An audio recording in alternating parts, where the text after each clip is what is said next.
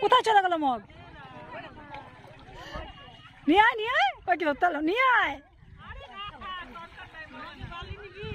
নিয়ে আয়। বেশি জল নাই, কি অবস্থা। তাই মগ ছাড়া আমি চান করবি কি করে? ধরতে পারলাম না, মগ নিয়ে কে যেতে করছে তোরে?